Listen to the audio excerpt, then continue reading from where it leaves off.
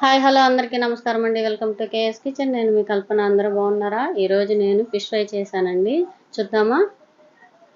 ముందుగా గండి చేపలండి ఇవి. శుభ్రంగా కడిగి పెట్టేశాను. ఉప్పు, నిమ్మకాయ, పసుపు వేసి శుభ్రంగా కడిగి పెట్టానండి. ఇందులో అల్లం వెల్లుల్లి పేస్ట్ 1 స్పూన్ వేసానండి. 1.5 స్పూను పసుపు వేశాను. సరిపడినంత సాల్ట్ వేశాను.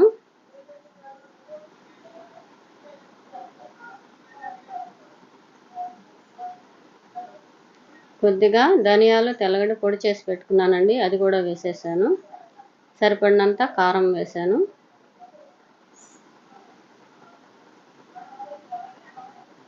ఇందులోనే నిమ్మదబ్బ పిండుకుంటున్నానండి.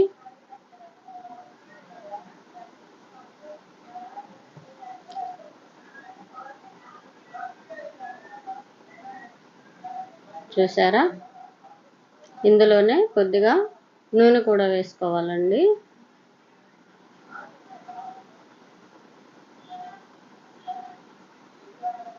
ఒక స్పూన్ వేసుకున్నాను. ఇది మొత్తం బాగా ముక్కలకు పట్టేంత వరకు బాగా కలపాలండి.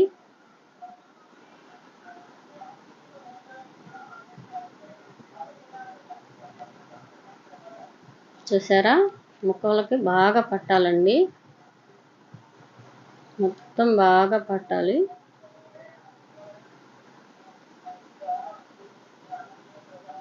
ఇది ఒక 1/2 అవర్ పక్కన పెట్టేయాలండి. ఇలా మ్యారినేట్ చేసి 1/2 అవర్ పక్కన పెడితే బాగా ఉప్పు, కారం ఇవన్నీ మసాలాలు బాగా పడతాయండి ముక్కలకి. 1/2 అవర్ అయిందండి. స్టవ్ వెలిగించండి. ప్యాన్ పెట్టుకున్నాను. ఇందులో ఆయిల్ వేసుకున్నాను. ఈ ముక్కలన్నీ ఒక్కొక్కటిగా ఫ్రై చేద్దాము. చూసారా?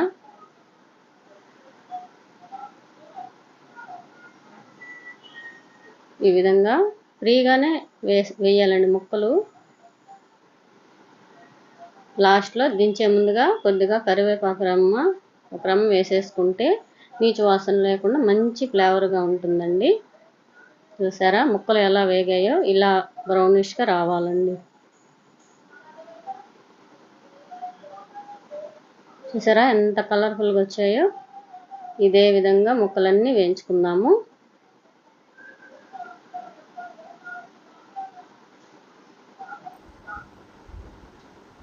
చూసారా? నేను తలకాయ కూడా వేయించుకుంటున్నాను. నాకు చాలా ఇష్టం అండి తలకాయ వేయించుకొని తిన్నాం. చాలా బాగుంటుంది, మీరు ట్రై చేయండి. చూసారా? లాస్ట్లో కరివేపాకు రెమ్మ వేసుకున్నాను. ఇది కూడా తీసి పెట్టేద్దాం.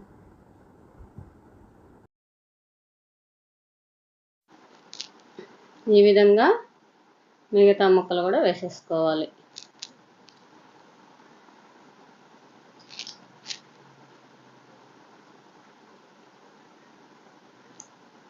చూసారా? ఇప్పుడు ముక్కలు మొత్తం వేసేసాను. పచ్చిమిర్చి చీలికలు వేసాను. కరివేపాకు వేసుకున్నానండి. ఇది మూత పెడితే ఒక 5 నిమిషాలు మగ్గనిస్తే మంచి ఫ్లేవరు ముక్కలన్నిటికి పడుతుంది. అంతేనండి. దించే ముందుగా కట్ చేసుకున్న కొత్తిమీర చల్లేసుకున్నాము. చూసారా ఎంత కలర్ఫుల్గా ఉంది కదా? ఇంతేనండి, చాలా సింపుల్. నా వంట మీకు నచ్చినట్లయితే లైక్ చేయండి, షేర్ చేయండి, సబ్స్క్రైబ్ చేసుకోండి. థ్యాంక్ యూ అండి. బాయ్.